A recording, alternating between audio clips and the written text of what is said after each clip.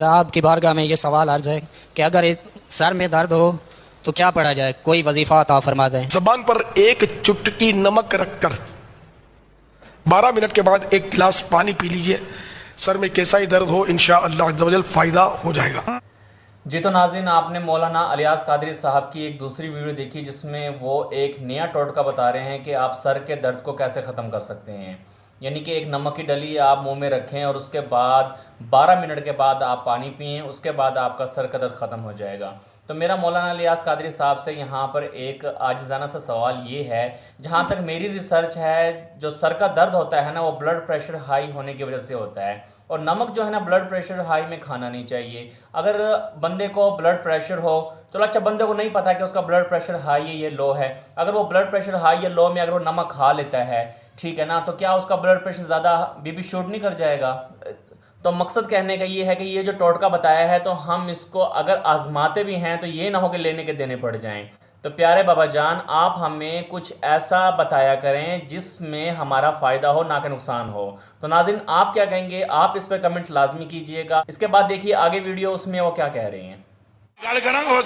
मेरे पीरो मुर्शिद हजरत सैयदना व मौलाना व आकाना व मवाना व मलजाना व क़ाबाना शहंशाह बगदाद रज़ी अल्लाह तआला अन्हु, आप इरशाद फरमाते हैं, नजर तो इला बिलादिल्लाह जमन, सारी खुदा दी खुदाई अब्दुल कादिर के सामने ऐसे है जैसे हथेली पर राई का दाना रखा। तो नाज़रीन, आपने इस मौलाना साहब की बात को सुना। यार, जहालत की हद होती है, ठीक है ना, कि आप अल्लाह ताला जिसने इस कायनात को तख्लीक किया, अल्लाह ताला की सारी खुदाई को अब्दुल कादिर जिलानी साहब के सामने ऐसे रख रहे हैं जैसे राई के दाने के बराबर होती है।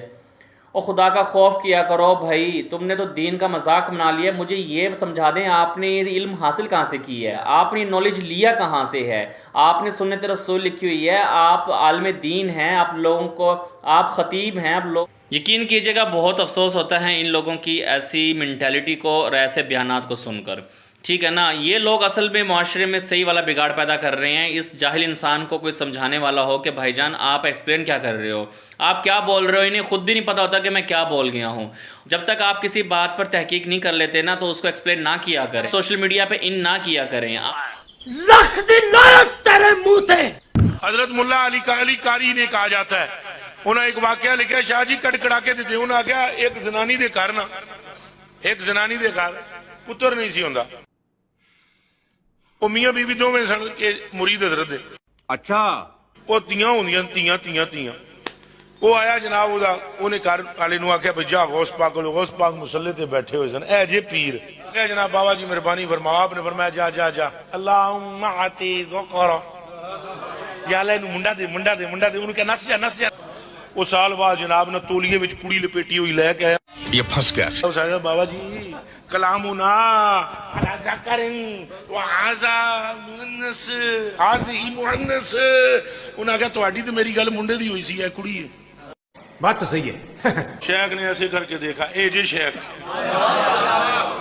हजरत शेख ने ऐसे करके देखा, फरमाया कलामुना अला ज़कर, तेरी मेरी गल मुंडे दी हुई सी। उसा कहा बिल्कुल। और मैं हमको ख्याल नहीं चाहता। उसा कहा हजूर मैनू याद है, गर्ज मेरी सी।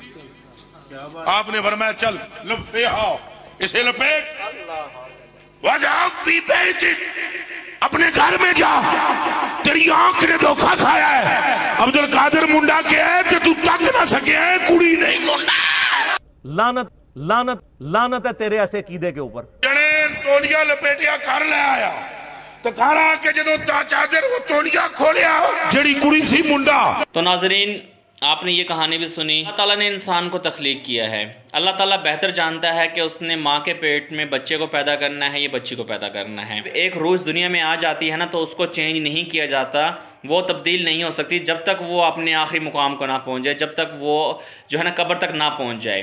तो ये कैसे पॉसिबल हो सकता है कि एक लड़की पैदा हुई हो और उसके बाद गौसे पाक ने दुआ की और वो लड़का बन गया हो।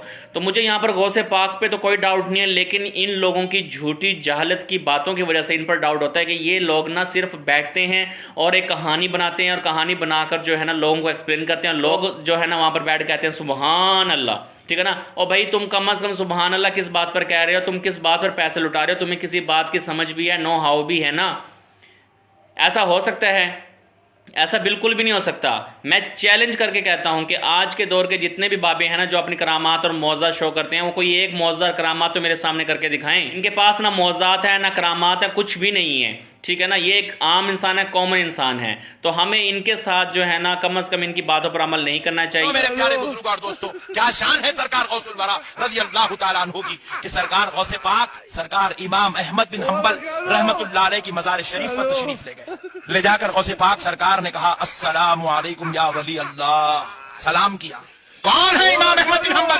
जिनके मुखल्लिद का नाम गौसे आजम है। जैसे हम लोग फिक़ा में सरकार इमाम आजम अबू हनीफा के मुखल्लिद हैं, इसी तरह सरकार गौसे पाक इमाम अहमद बिन हंबल के मुखल्लिद है। लेकिन अब देखने वाले बयान करते हैं कि जैसे ही सलाम सरकार गौसे पाक ने पेश किया, मज़ारे इमाम अहमद बिन हंबल शक हो गई, मज़ारे शरीफ शक हो गई, जुदा हो गई। और उसमें से सरकार इमाम अहमद बिन हंबल तशरीफ ले, जो तकरीबन 150-200 साल पहले इस दुनिया से पर्दा फरमा चुके थे।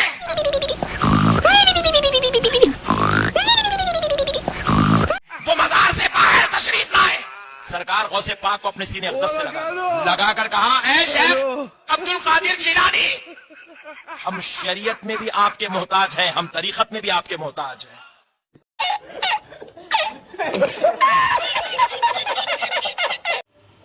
अस्तगफिरुल्लाह अस्तगफिरुल्लाह। देखें कितने मौलवी हैं, कितने फितने हैं, और हर एक मौलवी की कहानी दूसरे मौलवी की कहानी से मिलती जुलती है। इन्होंने गौसे पाक को मजाकी बना लिया है। दिल चाहता है वो गौसे पाक पर उठकर कहानियाँ बनाना शुरू कर देता है। अब इनकी सुनिए कि इमाम हंबल जो है ना उनकी कब्र शक हो गई, उनकी कब्र खुल गई, और खुलने के बाद उन्होंने गौसे पाक से मुसाफा किया, सलाम किया। तो यार ये क्या है, क्यों है, ठीक है ना। आप ये कहानी किन्हें सुना रहे हैं? 21वीं सदी के लोगों को सुना रहे हैं। अब आपको वाकई आपको ना इल्म की ज़रूरत है, और लोगों को भी इल्म की ज़रूरत है। लोगों को परखना चाहिए कि आने वाला जो आलिम दीन है वो आपको कहानियाँ सुना रहा है या आपकी इस्लाह कर रहा है।